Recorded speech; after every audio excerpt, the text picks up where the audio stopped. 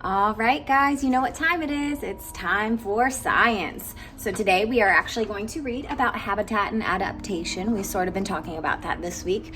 Then we're going to show how we can apply this and what we've kind of learned by using a tortoise as an example and do sort of like a artsy kind of activity. So stay tuned and we'll get to that. But first we gotta learn a little bit.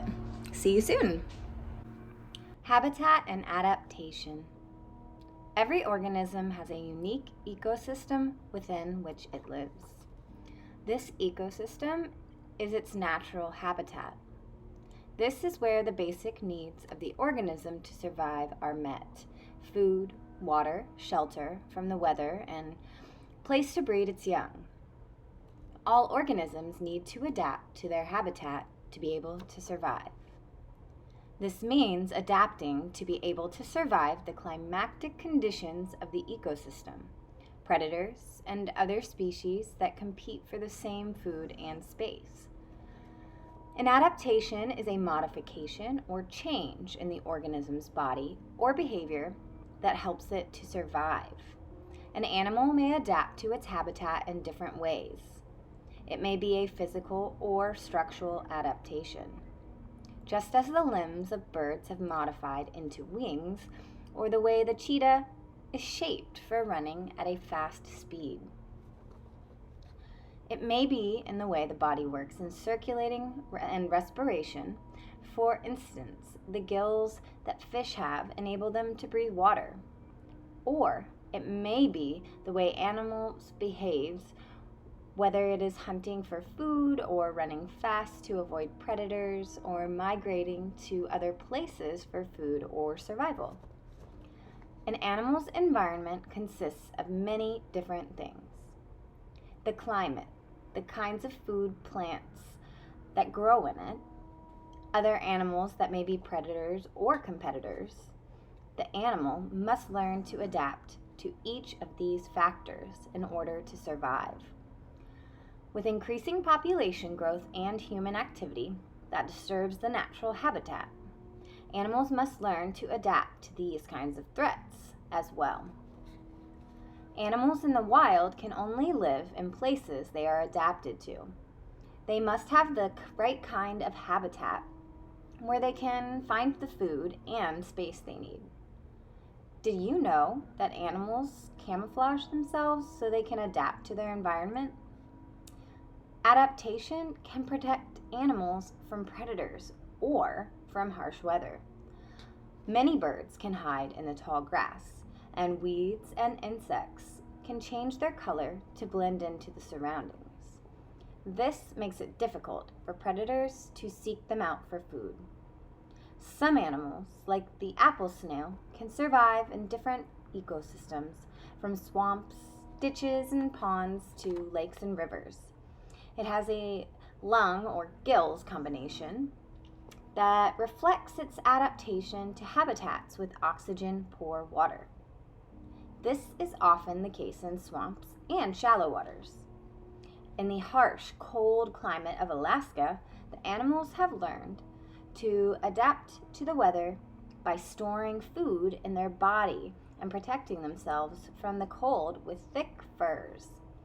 Human inhabitants in Alaska have also learned to cope with the environment by building shelters that insulate and hold the heat, and yet do not allow the structure to melt.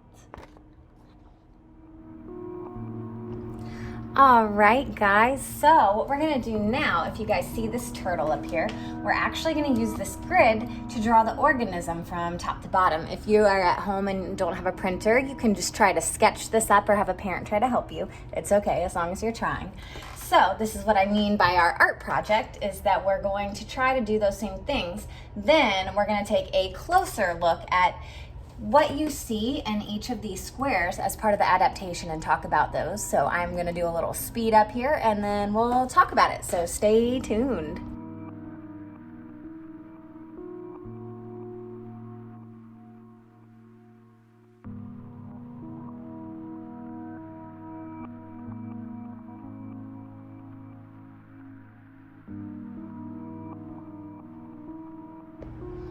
All right, guys, so if you will now see, so I followed the instructions and I did my turtle underneath. Obviously, it's not perfect. I showed you the sped up version, so I didn't want you guys to have to wait too long on me, and also yours doesn't have to be perfect either. So what we're gonna do, if you guys see, it's labeled box number 1 right here. We're gonna look at box number 1. So you could draw it again over here. I'm not gonna do that right now because, well, actually, you know what, I will. It's not going to be perfect, but we're going to get the gist of what's in there. So, as far as the structure goes, what do we see in here? We see a head and part of a shell. So what purpose do you guys think this serves? So it looks like that's where he can see. So sight, smell, and taste. Sight, smell, and taste. What about how we kind of see that little bit of shell here? So the shell, what is a shell gonna do for a turtle, or a tortoise, I mean? That's gonna protect him. Protection. All right, now we're gonna quickly look at box 2 here. All we see in box 2 is shell.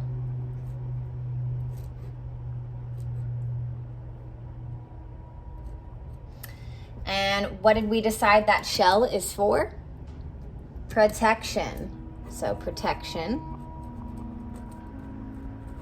And the structure is shell.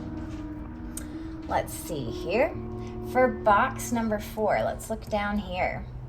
Box number 4. Oh, we've got like that bottom part of the neck and where some legs are starting to come out, right?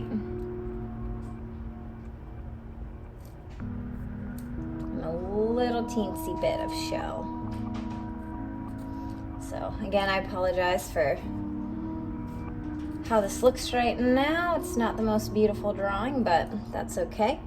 So what do you notice on those legs? So on the legs, it looks like there's almost like plating or scales. So plating or scales. What else do we see here? We see the bottom of a shell, or the bottom shell.